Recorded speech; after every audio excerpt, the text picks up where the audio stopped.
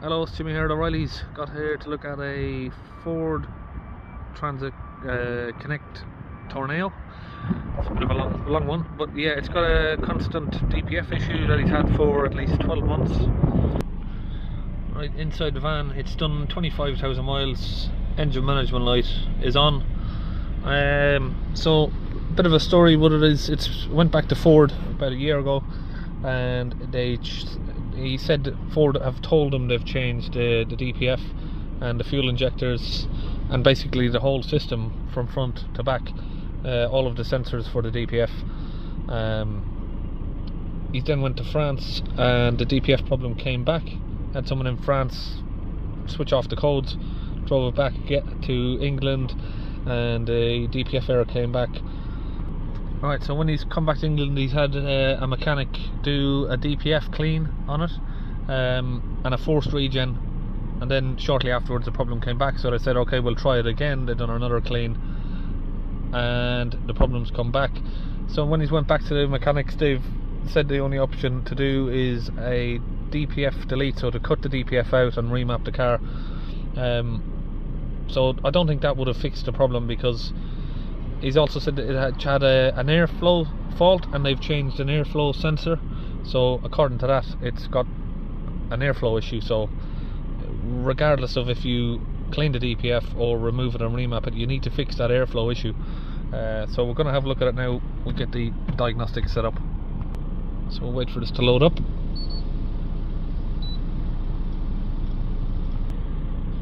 Okay, we're running a high-speed scan.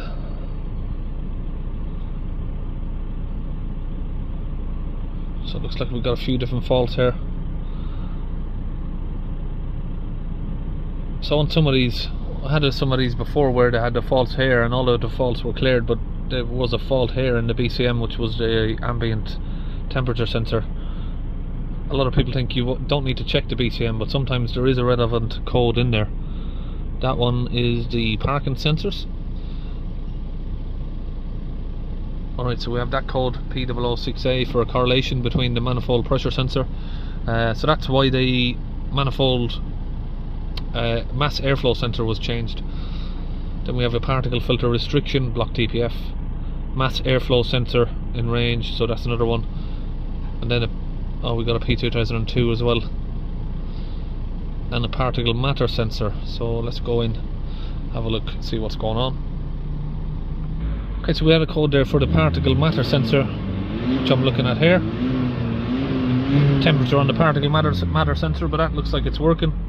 So obviously I think some of these other codes can chuck off different related faults. Keep an eye on the coolant temperature. Make sure that's going to go above 80 degrees. It should already be there because the car has just pulled up.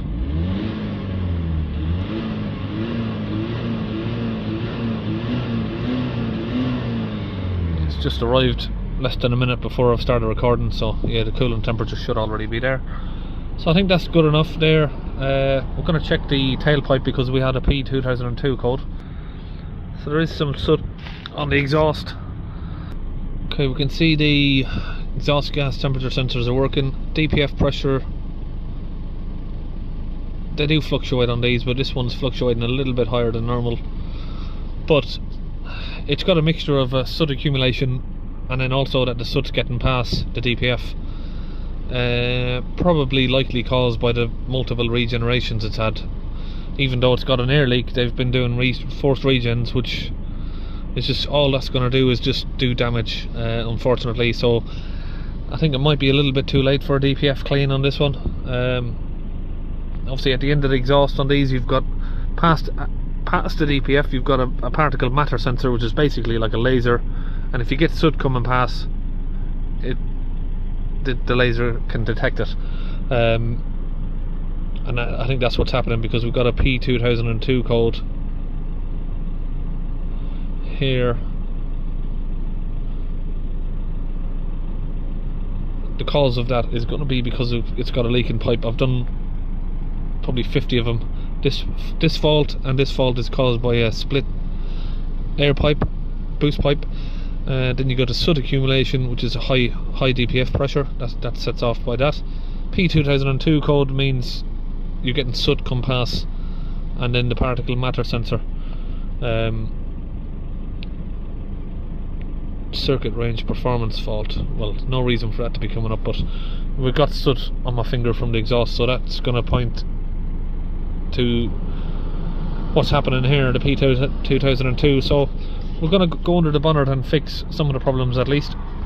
Right, now if you've got a smoke machine, you can put a smoke test in here, but obviously I've done so many of these I don't need to waste my time doing that, because I do know where these leak. And you can see you got oil on your fingers if you go under there. This pipe here leaks, does split, and I've got a replacement here to put on it. I haven't even checked it yet, but obviously I put my fingers under there, and I do know that these are common, so we'll get that open.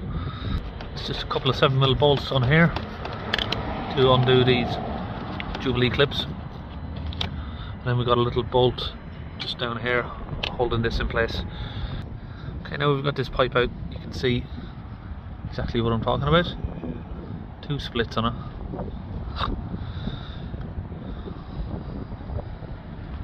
Alright, we've got a replacement pipe here. That's the part numbers for it. Yeah. And that is the pipe. If you look here on the engine cover, right, look how thick that is. That has taken thousands of miles to build up. You can see where the misting of oil was coming across, and it stops here. Yeah. So obviously what the customer's saying is Ford and the other independent garage are probably going to say that, well, that problem wasn't there when they looked at it, but that problem has been there for a fair while. You can see by the size of the splits on there, and there's 2 of them, and the amount of misting of oil that has come out and the thickness of it, you know, it's been there for a fair while. Okay, so by replacing the split pipe, that is now fixed these 2 issues, so if we can clear that. P006A, right, is going to need a DPF clean to do that, but because of this code I'm not going to do a DPF clean. What I'm going to do is just going to reset the DPF and try and let the customer hope for the best that this doesn't get triggered back again, this code.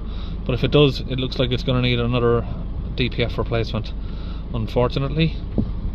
So exit the codes and go to special functions. Now we can reset the DPF.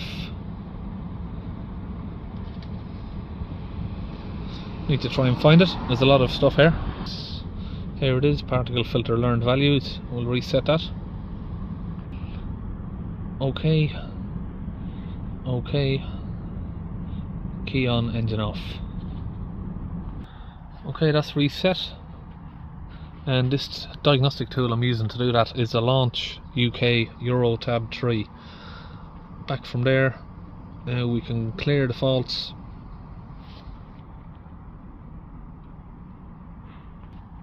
Faults are cleared. Then we just read and make sure the faults are cleared. And now, if we start the vehicle up, we shouldn't have any more warnings. Of course, that might be temporary, because if he's getting soot come past the DPF, the particle matter sensor might pick that back up, and then it's going to need a replacement DPF. Take the vehicle on a little drive for 5 or 6 miles just to make sure everything's as it should be. So after a test drive, checked there's no codes there, and so obviously the particle matter sensor can take a couple hundred miles for that to trigger back off. Right, so we didn't do a DPF clean because obviously it's getting soot past the DPF, which indicates that it's cracked. Now the customer's just going to drive it around and see if the light comes back on. It's going to need a DPF replacement, unfortunately.